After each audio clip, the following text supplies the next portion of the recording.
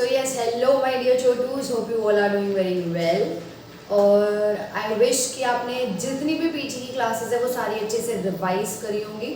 तो बच्चे आज की क्लास में जो हम पढ़ने वाले हैं दैट इज वैक्यूल्स. ठीक है, बहुत बेसब्री से जिस टॉपिक का इंतजार था कुछ बच्चों को, तो आज हम पढ़ने वाले हैं वैक्यूल्स.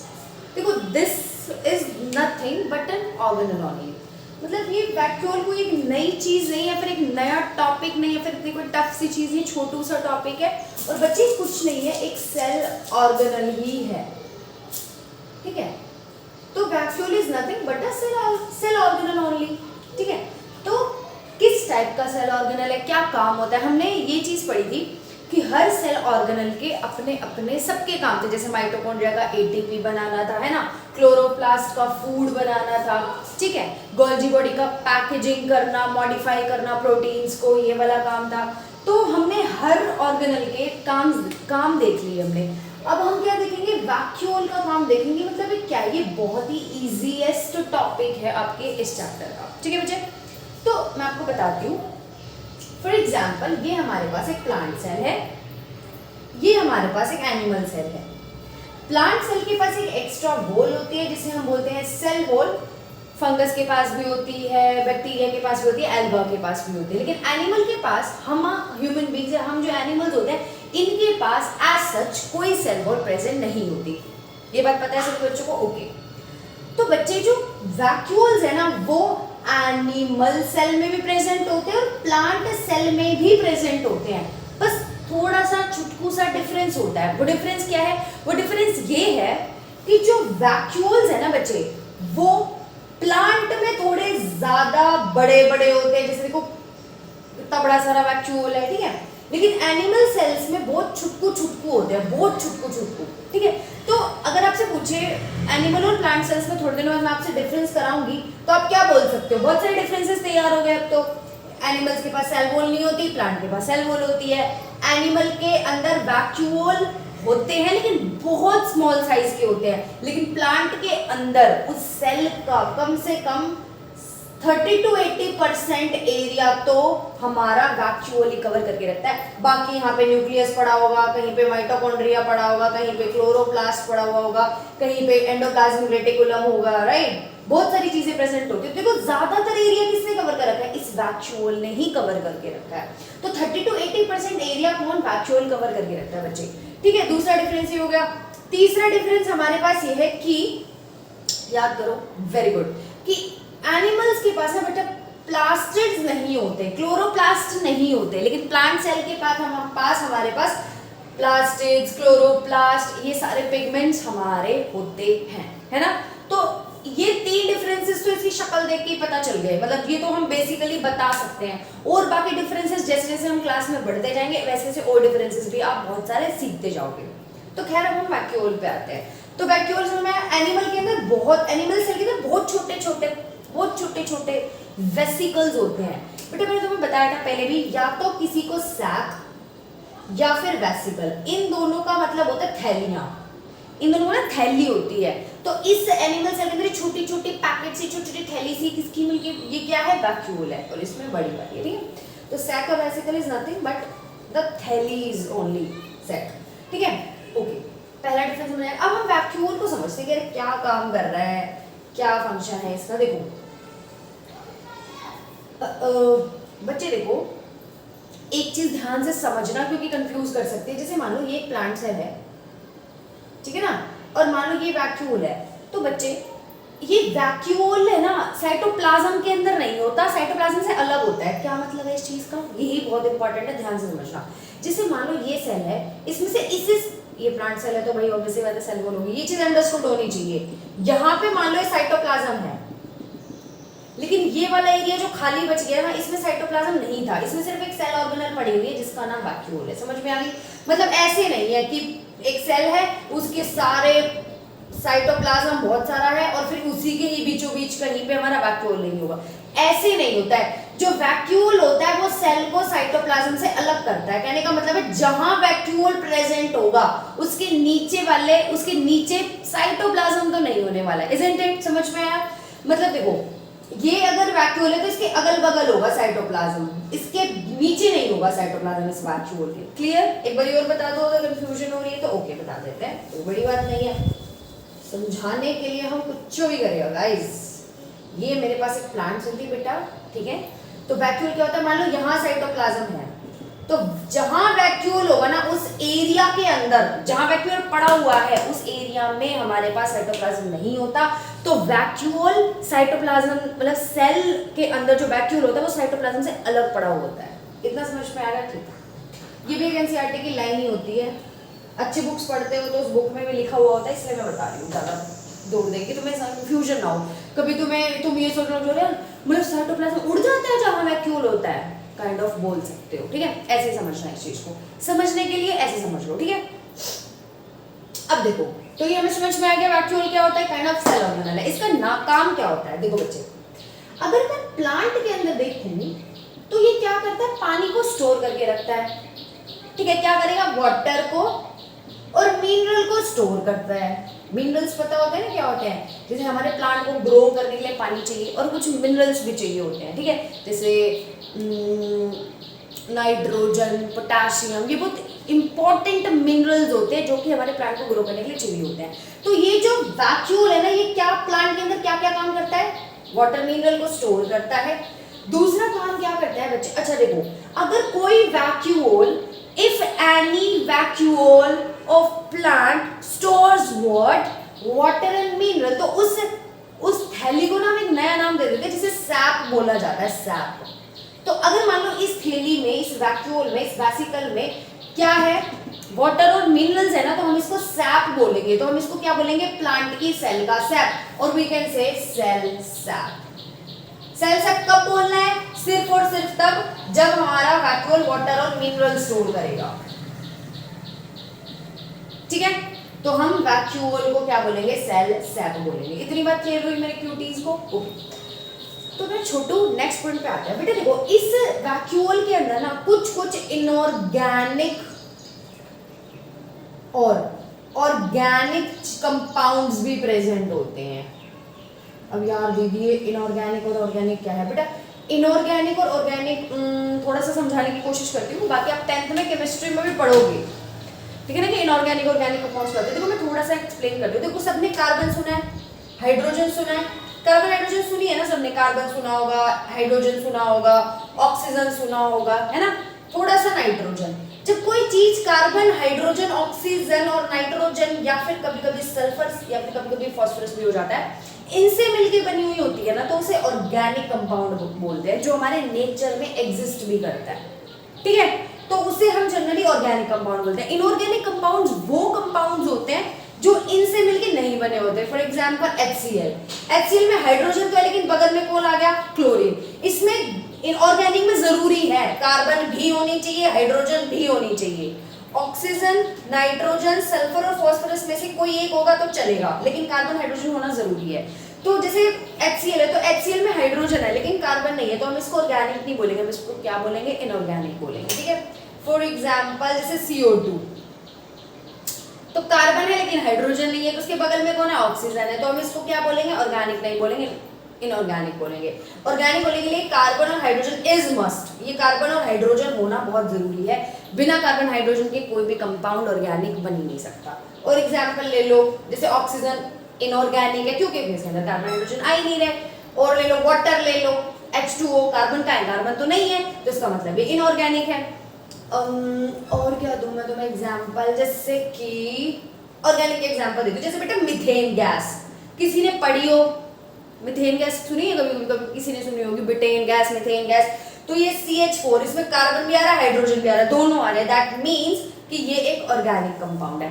तो ये एक तरीके का ना ट्रिक मान लो, फिर तुम्हारे लेवल पे समझाने का तरीका कि ऑर्गेनिक कंपाउंड्स ऐसे कंपाउंड होते हैं जिसके अंदर कार्बन, हाइड्रोजन होना is must must must, but oxygen, nitrogen, sulphur, phosphorus में से कोई एक हो या ना हो तो काम चल जाएगा, नहीं होगा तो भी चल जाएगा, होगा तो भी मजे से चल जाएगा। और इनऑर्गेनिक में क्या होता है, कुछ भी हो सकते हैं।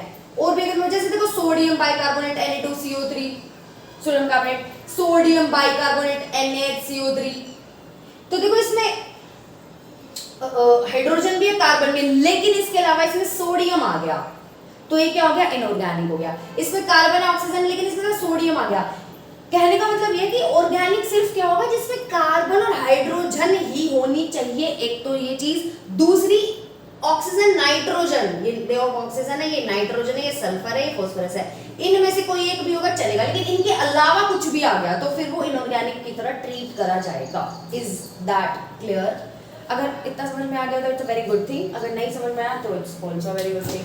तो आपको क्या समझना है कि हमारा जो वैक्यूल होता है वो प्लांट के अंदर वाटर और मिनरल को स्टोर कर सकता है। अगर वो वाटर मिनरल्स को स्टोर करेगा तो हम उसे बोलते हैं सेल सैप, या फिर अगर वो स्टोर क्या कर सकता है, इनऑर्गेनिक और ऑर्गेनिक कंपाउंड भी स्टोर कर सकता है। ऑर्गेनिक कंपाउंड्स क्या होते हैं, ऐसे कंपाउंड्स होते हैं जो कि कार्बन हाइड्रोजन होना नहीं होना चाहिए उसके अंदर, और oxygen, N for nitrogen, S for sulphur, P for phosphorus, इसमें से कोई एक भी होगा तो भी चलेगा, नहीं होगा तो भी चलेगा। इनऑर्गेनिक कंपाउंड क्या होता है, जिसमें इनके अलावा कुछ भी आ गया ना, अगर सिंगल कंपाउंड, तुम्हारे माइंड में कंफ्यूजन हो सकता है कि ये कि यहाँ पे यार देखो कार्बन भी है, यहाँ पे हाइड्रोजन भी है, ठीक है, यहाँ पे ऑक्सीजन भी है, तो ऑर्गेनिक होना चाहिए था ना, बट ये ऑर्गेनिक नहीं है। क्यों? क्योंकि इसके अंदर ना सोडियम आ गया। जैसे फॉर एग्जांपल एक और ले लो, कैल्शियम कार्बोनेट होता है, कैल्शियम कार्बोनेट में तुम क्या देख रहे हो, कार्बन भी है, ऑक्सीजन भी है, होना तो ऑर्गेनिक चाहिए था, बट ये इनऑर्गेनिक है। क्यों? क्योंकि उसके अंदर एक एक्स्ट्रा चीज आ गई, कैल्शियम। समझ में आ रही है? और मैंने तुम्हें क्या बोला ऑर्गेनिक में कि कार्बन हाइड्रोजन इज मस्ट, भाई ये तो होना ही होना चाहिए, इसके अलावा एक दूसरी चीजें हो सकती हैं। Is that clear? ओके, अब हमने ये समझ लिया। अब बेटा देखो, जो मेरा ये इनऑर्गेनिक ऑर्गेनिक कंपाउंड्स हो सकते हैं, कुछ भी हो सकते हैं इनऑर्गेनिक ऑर्गेनिक कंपाउंड, जैसे कि अल्कलॉइड हो सकते हैं, नाम तुम पहली बार सुने हो, अजीब लग रहा होगा, इसका मतलब बताती हूँ। तुमने कभी बचपन में एक प्लांट देखा होगा जिसको उसकी पत्तियां जब तुम तोड़ते तो उसमें दूध निकल रहा होता था, याद आ रहा है? वही दूध, उसको ना अल्कलॉइड्स भी बोलते हैं। तो वो कुछ भी नहीं होता, वो एक ऑर्गेनिक कंपाउंड ही है। समझ में आ रहा है? तो वो क्या है, एक ऑर्गेनिक कंपाउंड ही है। तो वो जब पत्ती तुमने तोड़ी तो उसमें से वो दूध निकला। क्यों? क्योंकि उसका वैक्यूल फट गया था, इसलिए उसमें से जो चीजें थी वो चुसुक बाहर निकल गई। क्लियर? मजा आ गया? समझ के आया? थोड़ा सा रिलेट कर पा रहे हो, है ना? और कभी कभी तुमने देखा होगा कि प्लांट के अंदर ना कुछ लिक्विड सा पार्ट निकल रहा होता है, जब वो कट जाता है गम सा निकल रहा होता है ना, वो कहीं से वो एक इनऑर्गेनिक कंपाउंड है या फिर ऑर्गेनिक कंपाउंड भी हो सकता है, तो वो इस वैक्यूल के अंदर से ही निकलता है। ठीक है? तो हमने देखा प्लांट में वाटर मिनरल भी स्टोर कर सकता है वैक्यूल, इनऑर्गेनिक और ऑर्गेनिक कंपाउंड भी स्टोर कर सकता है। और ना एक चीज बताती हूँ, ये डिफेंस में भी काम करता है प्लांट के। डिफेंस, तीसरा काम लिख सकते हो, डिफेंस में भी काम करता है। भाई देखो, अगर मान लो एग्जांपल समझाती हूँ तुम्हें इसका बहुत अच्छा, डिफेंस में कैसे काम करता है। Let's see, let's have a look on it कि how vacuole helps in the defence. देखो, कुछ प्लांट्स होते हैं ना, उनको क्या होता है, हमारे कीड़े मकोड़े खा जाते हैं, ठीक है, खा जाते हैं, लेकिन कुछ प्लांट्स को कीड़े मकोड़े नहीं खा पाते। जितने भी छोटे बिटल्स होते हैं, फिर कोई बर्ड होता है, नहीं खा पाते। रीजन? क्योंकि वो उसके अंदर जो प्लांट होता है वो अपने अंदर ना कुछ डिसटेस्टफुल का मतलब होता है जो चीज टेस्टी नहीं होती, डिसटेस्टफुल, टॉक्सिक, हैजार्डस बोल लो, मतलब खतरनाक, जहरीली चीजें निकालता है, जिससे जब वो एनिमल उस चीज को खाएगा तो उसकी डेथ तक भी हो सकती है। ठीक है? तो इस तरीके ये किसके अंदर होते हैं, डिस्टेस्टफुल, टॉक्सिक, हैजार्डस सब्सटेंस, ये कुछ नहीं होता, ये प्लांट के सेल के वैक्यूल के अंदर ही ये चीजें प्रेजेंट होती है। जैसे ही कोई कीड़ा मकोड़ा आया, उसने उसको खाया, उसकी तबाही वहीं शुरू। तो इस चीज को नोटिस करा कुछ एनिमल्स ने, तो एनिमल्स ने ये दिमाग लगाया कि भाई देख, अगर तू इस प्लांट को खाएगा तो मर जाएगा। तो इस प्लांट का बेसिकली एनिमल इसको खा नहीं पा रहा है, तो प्लांट भाई जी रहा है, कोई दिक्कत नहीं है, तो इसका मतलब ये इसके डिफेंस में ही तो काम कर रहा है। ये वैक्यूल जिसके अंदर से ये केमिकल निकल रहा है या फिर कोई इनऑर्गेनिक सब्सटेंस लगा लो, जो भी है, जो कि बहुत डिस्टेस्टफुल है, टॉक्सिक हो सकता है, हैजार्डस हो सकता है, उससे क्या हो रहा है, उस केमिकल से, उस इनऑर्गेनिक ऑर्गेनिक कंपाउंड से क्या हो रहा है, उस एनिमल की बेसिकली डेथ हो रही है, जो कि प्लांट को एज ए डिफेंस सिस्टम की तरह काम कर रहा है। भाई ठीक है, समझ में आ रहा है? तो ये जो वैक्यूल्स होते हैं ये डिफेंस में भी काम कर लेते हैं कभी कभी। ठीक है, ये पॉइंट क्लियर हुआ। एक और पॉइंट समझाती हूँ। अनदर पॉइंट इज दैट कि थोड़ा सा वैक्यूल के बारे में समझते हैं। देखो, हमारे पास सेल होती है, उसकी सेल मेम्ब्रेन होती है, तो ये वैक्यूल है, ये सेल है, प्लांट सेल है, इसके पास क्या है, ये वैक्यूल है। ठीक है भाई, इस वैक्यूल की जो मेम्ब्रेन होती है ना उसका एक नया नाम होता है जिसे हम बोलते हैं टोनोप्लास्ट। क्या बोलते हैं? टोनोप्लास्ट। ये थोड़ा सा ध्यान रख लेना, इंपॉर्टेंट है भी नहीं भी, कोई पूछ ले तो। वैक्यूल की चारों तरफ जो एक मेम्ब्रेन होती है उसे हम बोलते हैं टोनोप्लास्ट। क्लियर? अब ना मैं तुम्हें एक चीज और बताना चाहती हूँ बच्चे, 3 काम समझ में आए? वाटर मिनरल स्टोर करना वैक्यूल का काम, दूसरा काम क्या था जल्दी बोलो? ऑर्गेनिक और इनऑर्गेनिक कंपाउंड स्टोर करके रखता है, और ये अपने अंदर पानी भी स्टोर कर सकता है। You know that? पानी भी अपने अंदर स्टोर कर सकता है, ठीक है? जैसे मान लो सेल है, सेल के बाहर बहुत ज्यादा पानी है, बहुत ज्यादा पानी है, तो तुम्हें पता है हाई कंसेंट्रेशन से, ऑस्मोसिस में पढ़ा चुकी हूँ, हाई कंसेंट्रेशन से लो कंसेंट्रेशन में, यहाँ पे मान लो पानी कम था सेल के अंदर, तो बाहर ज्यादा है तो अंदर पानी जाएगा, तो कुछ तो ये साइटोप्लाज्म में चला जाता है पानी, लेकिन कुछ एक्स्ट्रा पानी इस वैक्यूल के अंदर भी स्टोर हो जाता है। और वो क्या काम करेगा? अगर मान लो प्लांट कभी ऐसी कंडीशन में आ गया कि भाई मान लो तुमने प्लांट को आज पानी दिया, कल पानी दिया, परसों दिया, पूरे एक हफ्ते दिन तुम गायब रह गई और तुम प्लांट को पानी नहीं दे पाए, तो वो प्लांट के तभी की तभी मर जाता है? नहीं मरता। क्यों? क्योंकि वो उस वैक्यूल वाले पानी को यूज कर रहा होता है इस वैक्यूल के अंदर। तो ये जिसे बोलते हैं ना सस्टेनेबल काइंड ऑफ चीज है। सस्टेनेबल का मतलब होता है आप भी यूज कर रहे हो, कल को आपकी जनरेशन भी उस चीज को यूज कर पा रही है। तो यही प्लांट अपना सिस्टम बैठा के रखता है क्या कि यार पहले तो अपना जैसे हम लोग पानी देंगे वो यूज कर लेगा, लेकिन वो कुछ स्टोर करके रखता है ताकि कल को जब उसको पानी ना मिले प्लांट को, तो वो इस वैक्यूल के पानी को यूज करके सरवाइव कर सके। ठीक है? क्योंकि प्लांट का काम क्या होता है भाई? फूड बनाना, स्टार्च बनाना, है ना? और वो नहीं बनेगा अगर प्लांट को पानी नहीं मिला तो। ठीक है? ओके, इतनी बात भी समझ में आ गई। अच्छा, अभी टोनोप्लास्ट किया था मैम आपने। टोनो क्या है ये? Let's discuss. This is also very interesting thing to discuss, so let's discuss. तो ये भाई अपनी प्लांट सेल की सेल वॉल होती है। भाई किसकी बनी होती है बताना जरा? प्लांट की सेल वॉल। जल्दी बोलो, हट्टा आएगा नहीं तो पिटने के काम है। जल्दी बोलो। पेप्टिडोग्लाइकेन। पागल हो? पेप्टिडोग्लाइकेन तो उसकी बनी होती है बैक्टीरिया की। Very good. क्या है? सेल्यूलोज की, हेमीसेल्यूलोज की या पैक्टिन की। ठीक है? तुम्हारे लेवल पे तुम सेल्यूलोज भी याद रखोगे तो भी चलेगा। ठीक है? तीनों याद है तो इट्स वेरी गुड थिंग।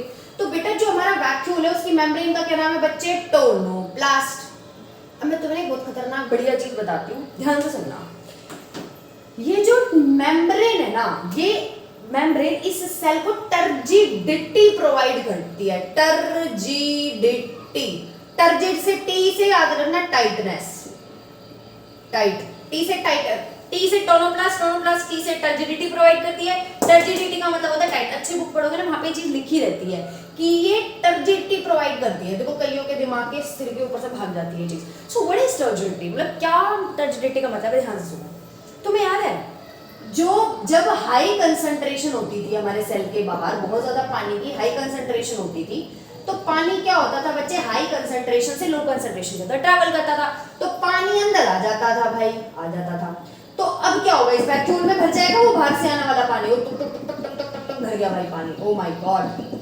तो ये टोनोप्लास्ट कहते हैं टाइट कर देती है। जैसे मान लो, अगर मान लो बैलून है, गुब्बारा है बेटा, उस गुब्बारे में तुम पानी भर रहे हो, मोटा होगा मोटा होगा मोटा होगा मोटा होगा, लेकिन एक टाइम में तो फट जाएगा, है ना? होता है, नहीं होता है? क्योंकि वो वीक सी मेम्ब्रेन होती है। लेकिन ये टोनोप्लास्ट की मेम्ब्रेन क्या होती है? थोड़ी टाइट होती है, टर्जिडिटी प्रोवाइड करती है। ये इजीली नहीं फटती है, पानी को स्टोर करेगी करेगी करेगी करेगी और फिर लास्ट में tight tight tight tight tight tight tight tight बनने लग जाती है, जिससे कि वो इजीली ब्रेक नहीं होती है।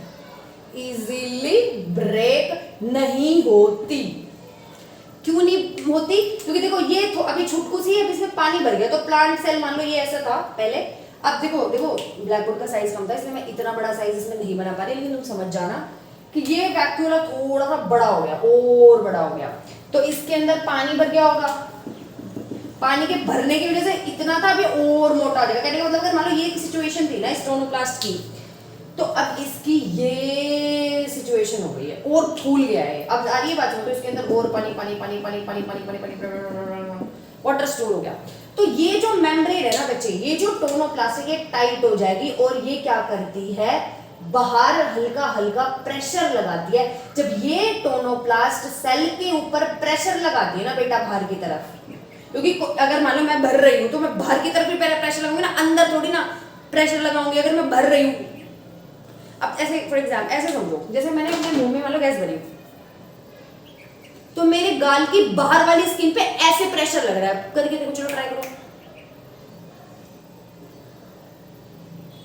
है ना, लग रहा है ना, तो बाहर की तरफ प्रेशर लग रहा है। इसी तरीके से ये प्रेशर होता है ना बेटा, इसको बोलते हैं टर्गर प्रेशर। जब वैक्यूल या फिर वैक्यूल की जो मेम्ब्रेन है बच्चे टोनोप्लास्ट, जब वो भर जाती है तो बाहर की तरफ प्रेशर लगाती है, समझ में आ रही है, इसको बोलते हैं turgor pressure, TURGOUR pressure, spelling कुछ भी हो मतलब समझ में आना चाहिए, ठीक है। तो ये टोनोप्लास्ट टाइट, देखो टी से याद करना, ट्रिक भी बहुत सिंपल है, टी से टोनोप्लास्ट, टी से टाइट होती है, टी से टर्जेट बोलते हैं इसको, और टी से प्रेशर लगाएगी बाहर की तरफ, इसे टर्गर प्रेशर बोलते हैं, ठीक है। तो ये क्या करती है, बाहर वाली सेल की तरफ प्रेशर लगाती है। एक बात बताओ यार, तुम्हें कोई हेप्टा मारेगा तो तुम भी उल्टा हेप्टा मारोगे ना, या पिट के आ जाओगे, मेरे छोटू से पिट के नहीं आते होंगे, आई एम श्योर। तो भाई ये जो टोनोप्लास्ट है बाहर की तरफ प्रेशर लगा रही है, जिसे टर्गर प्रेशर बोल रहे हैं, तो सेल भी तो कुछ ना कुछ प्रेशर लगा रही होगी, तो सेल भी इसकी तरफ प्रेशर लगा रही है, जो ग्रीन लाइन से मैं दिखा रही हूँ, ये सेल भी इसकी तरफ प्रेशर लगा रही है, जिसे हम बोलते हैं बेटा सेल प्रेशर। इसे हम क्या बोलते हैं, सेल का प्रेशर या फिर ऑस्मोटिक प्रेशर या फिर सेल वॉल प्रेशर, ठीक है, कुछ भी बोल लो। तो ये जो दोनों चीजें ना बराबर होती है, मतलब जितना ये ग्रीन वाली लाइन या फिर जो सेल प्रेशर लगा रही है ना, उतना ही प्रेशर ये टोनोप्लास्ट भी लगा रही है, इक्वल। जैसे मान लो वही वाली बात आ गई, मैं हूं, मेरे को यहां से भी कोई खींच रहा है, मेरे को यहां से भी कोई खींच रहा है, अगर मेरे को कोई यहां से ज्यादा खींच रहा होगा तो मैं शिफ्ट हो जाऊंगी इधर, और अगर मेरे को यहां से कोई खींच रहा होगा तो मैं शिफ्ट हो जाऊंगी इधर, है ना, सीधी सी बात है। अगर मेरे को यहां से भी बराबर कोई खींच रहा है, यहां से भी बराबर खींच रहा है, तो मैं एज इट इज यही रहूंगी। ये यहाँ वाली साइड का भी फोर्स बराबर, इस वाली साइड से भी मुझे बराबर एनर्जी से, पावर से खींचा जा रहा है, तो मैं क्या रहूंगी, एज इट इज इसी पोजीशन में रहूंगी। तो वही कहानी है, ये सेल इसलिए नहीं फटती, वो वहीं की वहीं रहती है, सेल फटती नहीं है, क्यों, क्योंकि सेल प्रेशर और टर्गर प्रेशर बराबर हो जाते हैं, मतलब जितना ये टोनोप्लास्ट बाहर प्रेशर लगा रही है ना बेटा, उतना ही प्रेशर सेल वॉल या सेल मेम्ब्रेन उस टोनोप्लास्ट के ऊपर प्रेशर लगा रही है, तो वो कैंसिल हो जाता है इफेक्ट, जिससे कि सेल जो है जैसी है वैसी की वैसी रहती है, स्टेबल रहती है, बस ये फूलता रहता है, और इसी वजह से ना बेसिकली ये जो सेल है ना, प्लांट की सेल, वो फटती नहीं है। हमारे सेल्स में जो वैक्यूल होता है बिल्कुल छुटकू सा होता है, तो वो इतना इस वाले काम में रोल प्ले नहीं कर पाता, और हमारी एनिमल सेल फट जाती है। लेकिन प्लांट का थोड़ा सिस्टम अलग है, प्लांट के पास सेल वॉल भी है भाई, है ना, प्रोटेक्ट करने के लिए फटने से, तो बहुत सारी चीजें होती है प्लांट के पास। तो ये चीज समझ में, ये कंसेप्ट था, तो आपको समझ में आना चाहिए। तो फोर्थ यूज क्या हो गया बेटा, कि वैक्यूल टर्गर प्रेशर लगा रहा होता है अगेंस्ट सेल वॉल प्रेशर के, जिससे कि जो सेल है वो ऑस्मोसिस जब होती है, ये पानी अंदर जाने के प्रोसेस को बताना क्या बोलते हैं, जब पानी बाहर से अंदर जाता है, अंदर क्या बोलते हैं इस प्रोसेस को, वेरी गुड, एंडोस्मोसिस। तो जब अंदर एंडोस्मोसिस, बाहर जाता है तो एक्सिट, बाहर निकल गया एग्जिट, तो एक्सोस्मोसिस। तो जब पानी अंदर आ रहा होता है, जब एंडोस्मोसिस हो रही होती है, तो क्या होगा,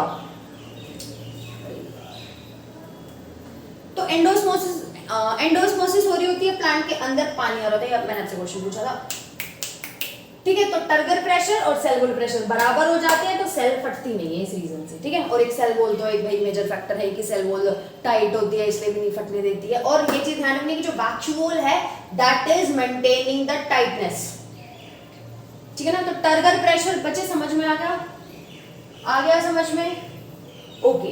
अब तुम्हें चौथा काम बताती हूं मैं कि ये वैक्यूल क्या करता है। तो the fourth work of vacuole is that, देखो कितनी सारी चीजें मैंने तुम्हें बता दी छुटके से वैक्यूल के बारे में। बेटा वैक्यूल ना बहुत टाइप के होते हैं, food vacuole, contractile vacuole, air vacuole, water वाला वैक्यूल, जिसको क्या बोला था, सैप बोला था। तो वैक्यूल बहुत सारे टाइप के होते हैं, लेकिन आपके लेवल पे जितना इंपॉर्टेंट था मैंने बता दिया। आपके लेवल में टाइप्स ऑफ वैक्यूल्स नहीं है, अगर बायोलॉजी आगे पढ़ोगे तो इंपॉर्टेंट हो जाएगा वैक्यूल, और डीपली पढ़ना तो आप क्लास 11th में डेफिनेटली पढ़ोगे। अब देखो बेटा कभी कभी क्या होता है, जैसे मान लो धूप है, ये हमारे सन बैठा हुआ है, और हमारे सर्दियों का टाइम, तो सर्दियों में क्या होता है, कभी कभी धूप बहुत कम आ रही होती है कि नहीं। तो प्लांट की जो सेल होती है ना, वैक्यूल एक बहुत अमेजिंग काम करता है। ये वैक्यूल ऐसा भी, मतलब शेप कुछ भी हो सकती है। तो ये वैक्यूल क्या करता है ना, ये वैक्यूल जैसे देखो खाना किसको बनाना है प्लांट में भाई, जल्दी बोलो, क्लोरोप्लास्ट को बनाना है। तो ये पता है क्या करता है, ये जितने भी ऑर्गेनल्स होते हैं ना उनको सन के थोबड़े की तरफ धकेल देता है। मतलब मान लो पहले क्लोरोप्लास्ट इधर बैठा था, मतलब कुछ कुछ ऑर्गेनल्स जो खाना बनाने के लिए इंपॉर्टेंट होती है, जैसे मेनली क्लोरोप्लास्ट ही है, लेकिन कुछ कुछ चीजें हेल्प कर देती है, जैसे माइटोकॉन्ड्रिया हेल्प कर देती है क्योंकि एनर्जी ले रही है ना भाई। देखो तो ये क्या करता है, वैक्यूल ये इन ऑर्गेनल को कहता है कि भाई तू सन की तरफ चला जा। क्यों? क्योंकि वैक्यूल को पता है क्या कि भाई धूप तो सर्दियों का टाइम है, वैसे भी बहुत कम टाइम के लिए आएगी, तो काम करते हैं वैक्यूल्स को इसके तरफ ट्रांसफर कर देता हूँ, सन की तरफ ट्रांसफर कर देता हूँ इन क्लोरोप्लास्ट को, ताकि खाना जल्दी जल्दी फटाफट बन जाए, जितने धूप है उतने उतने जल्दी हो जाए, है ना। तुमने देखा होगा जब भी मम्मी सर्दियों में कपड़े धो, जैसे मान लो आज मम्मी को लग रहा है कि हाँ यार आज धूप आ सकती है, तो मम्मी फटाफट मशीन लगा लेती है कपड़े धोने के लिए। सेम कहानी है, वैक्यूल को पता है धूप सर्दी में इतनी ज्यादा अच्छी नहीं आती है प्लांट के लिए, इतनी नहीं ऑप्टिमम अमाउंट में आती, तो ये क्या करता है वैक्यूल इनको धक्का मार के सन के फेस की तरफ कर देगा, तो इस क्लोरोप्लास्ट को ये इधर कर देगा और खुद क्या हो जाता है और बड़ा हो जाता है। ठीक है, अपने साइज को बड़ा कर लेता है और ऑर्गेनल्स को इधर कर लेता है। क्यों बड़ा कर देता है? क्यों अपने साइज को बड़ा करता है वैक्यूल? ताकि ये यहाँ से हिलडुल ना पाए, इनको इतना ही स्पेस मिलेगा चलने फिरने के लिए। यहाँ भी समझ लो बहुत बड़ा हो गया वैक्यूल का साइज। तो ये क्या करते हैं, क्लोरोप्लास्ट वगैरह जो होती है, क्लोरोप्लास्ट हमारी होती है ये सन की तरफ होती है, तो जितनी जल्दी सनरेज मिलेगी इस प्लांट सेल को उतना जल्दी जल्दी फोटोसिंथेसिस होगा, क्योंकि क्लोरोप्लास्ट के अंदर क्या हो रहा होता है, फूड बन रहा होता है, फोटोसिंथेसिस हो रही होती है। समझ में आया last work of vacuole? Good. Next चीज, अब बेटा देखो ये प्लांट की कहानी हो गई। अब एनिमल्स में वैक्यूल का क्या रोल है? एनिमल्स में क्या रोल है देखो, तो एनिमल्स में ना my dear cutie pies, animals को बता देती हूँ, ये सेल है, तो एनिमल्स की सेल के पास क्या होता है, छुटकू छुटकू छुटकू छुटकू वैक्यूल होते हैं, और ये जनरली ना बेटा फूड वैक्यूल्स होते हैं एनिमल के अंदर। कैसे वैक्यूल? Food vacuole. ये तुम्हें और अच्छे से समझ में आएगा, मैं तुम्हें एक ऑर्गेनिज्म का नाम बताती हूँ जिसका नाम है अमीबा। अगर मेरे बच्चे जो कि क्लास अटेंड कर रहे हैं, मुझे सुन रहे हैं, मुझे ये बता दे कि मैंने अमीबा कहाँ पढ़ाया था, तो I will be more happy. मुझे बता दो अमीबा कहाँ पढ़ा था तुमने? बहुत अच्छे से मैंने ट्रिक बता के अब इतनी तो हिंट दे दिया, मुझे फटाक से बता दो अमीबा कहाँ पढ़ के आए हो जल्दी। यस, क्विकली आंसर मी कि where we had studied about amoeba. Very nice. हम जब यूनिसेलुलर ऑर्गेनिज्म पढ़ रहे थे यूएसीपी, वहां पे हमने पढ़ा था अमीबा। तो ठीक है, अमीबा का ही बता रही हूँ, यूनिसेलुलर ऑर्गेनिज्म अमीबा है। इस अमीबा का एग्जांपल लेके बताती हूँ मैं। बेटा ये जो अमीबा होता है ना, कैसी शेप होती है इसकी सेल की? यूनिसेलुलर, मतलब एक ही सेल है इसकी बॉडी में, इसलिए नाम है यूनिसेलुलर। तो इसकी शक्ल ना ऐसी सी होती है, अजीब सी उबड़ खाबड़ सी, ऐसा होता है ये अमीबा। ठीक है, इसके अंदर ना फूड वैक्यूल होता है। ये क्या काम करता है अभी बताती हूँ। तो ये बनता कैसे है फूड वैक्यूल? देखो अमीबा के सामने ना छोटा बना देती हूँ ताकि थोड़ा सा, क्योंकि बहुत सारे डायग्राम्स बनेंगे अभी। जैसे मान लो ये खाना है, ये मान लो हमारा खाना है, ये हमारा अमीबा है। तो अमीबा देख रहा है कि भाई खाना पड़ा हुआ है सामने। तो ये अमीबा पता क्या करता है, इस खाने के चारों तरफ अपनी ये दिख रहे हैं ना फिंगर लाइक प्रोजेक्शन, इन्हें ना बेटा सूडोपोडिया बोलते हैं। इन्हें क्या बोलते हैं? सूडोपोडिया। सूडोपोडिया, जो कि चलने फिरने में हेल्प कर देते हैं इस अमीबा की। ठीक है, जब कहीं भी पोडिया वर्ड आ जाए ना तो इससे याद रखना फुट। फुट मतलब पैर। ठीक है, शूडो मतलब झूठे, फॉल्स। शूडो कहीं भी बायो में वर्ड आएगा इसका मतलब होता है फॉल्स।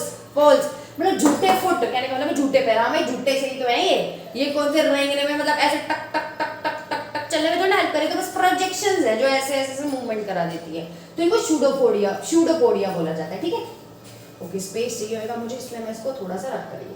तो ये जो सूडोपोडिया होता है ना, इस खाने को चारों तरफ से घेर लेते हैं। ठीक है, जैसे मान लो यहाँ खाना पड़ा हुआ है और मैं अमीबा हूँ, ये खाना है मान लो, तो मैं अपने हाथ पैर इसकी चारों तरफ फैला लूंगी, इसको अंदर धकेल लूंगी ऐसे। कलर दूसरा लेते हैं। तो ये सूडोपोडिया क्या करते हैं, अपना स्ट्रक्चर बदल लेते हैं, अपना स्ट्रक्चर बदल लेते हैं और इस खाने को घेरने की कोशिश करते हैं। तो देखो इसके पैर ने इसको घेरने की कोशिश करी, ठीक है, और अब ये क्या करेगा, अब ये अपने स्ट्रक्चर को यहां से तोड़ के कंप्लीट बना लेता है, ऐसे कंप्लीट बना लेता है। तो अब अभी तुम्हें क्या देखने को मिला? अरे खाना तो इस सेल के अंदर आ गया। तो बेटा ये जो खाना अंदर आ गया ना, ये जो खाना अंदर आया है, और तुम्हें पता है अमीबा के पास क्या होता है, फूड वैक्यूल होता है। अब ये जो खाना है ये इस फूड वैक्यूल के अंदर घुस जाता है, तो अब क्या होगा, ये जो अमीबा था, ये हमारा भाई खाना था, ये हमारा फूड वैक्यूल था, तो हमारा जो फूड है ये आपस में फ्यूज हो जाएंगे, तो ये फ्यूज हो जाएगा तो भैया ये हमारा फूड वैक्यूल है, ठीक है। इसके अंदर क्या हो गया, ये खाना आ गया, मतलब ये जो बैक्टीरिया था, कुछ भी था, जो भी अमीबा ने खाया है, तो ये इसके अंदर आ गया। अब ये फूड वैक्यूल क्या करता है, इसके अंदर ना कुछ एंजाइम्स होते हैं, और एंजाइम तुम्हें पता है अच्छे बुरे डाइजेस्टिव बहुत सारे तरीके के होते हैं, तो एंजाइम क्या करता है, इस फूड को तोड़ते हैं, टक टक टक टक टक टक, और इसमें से अच्छी अच्छी चीजें एब्जॉर्ब कर लेता है ये अमीबा। अब मान लो इसके पास ये गंदी गंदी चीजें बच गई, अच्छी चीजें इसने खा ली, एब्जॉर्ब कर ली अच्छे से, अपने सारे बॉडी को दे दी कि भाई अच्छी अच्छी चीजें ले लो।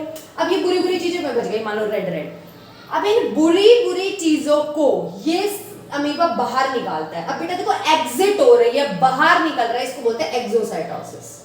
तो ये क्या करता है, गंदा गंदा सा खाना होता है, ये रेड रेड पार्ट जो था इस सेल का, ये मान लो फूड वैक्यूल था, इचमेचे ये रेड रेड पार्ट मान लो एक अलग सी थैली में पैक हो गया, ये अलग सी थैली में पैक हो गया, और ये क्या करता है, ये यहाँ से ऐसे करके बाहर निकल जाता है इन द फॉर्म ऑफ थैली। ये थैली में पैक होता है गंदी चीज, और इस सेल से बाहर निकल जाती है। जब कोई चीज उस सेल से बाहर निकलती है तो इसको बोला जाता है एक्सोसाइटोसिस।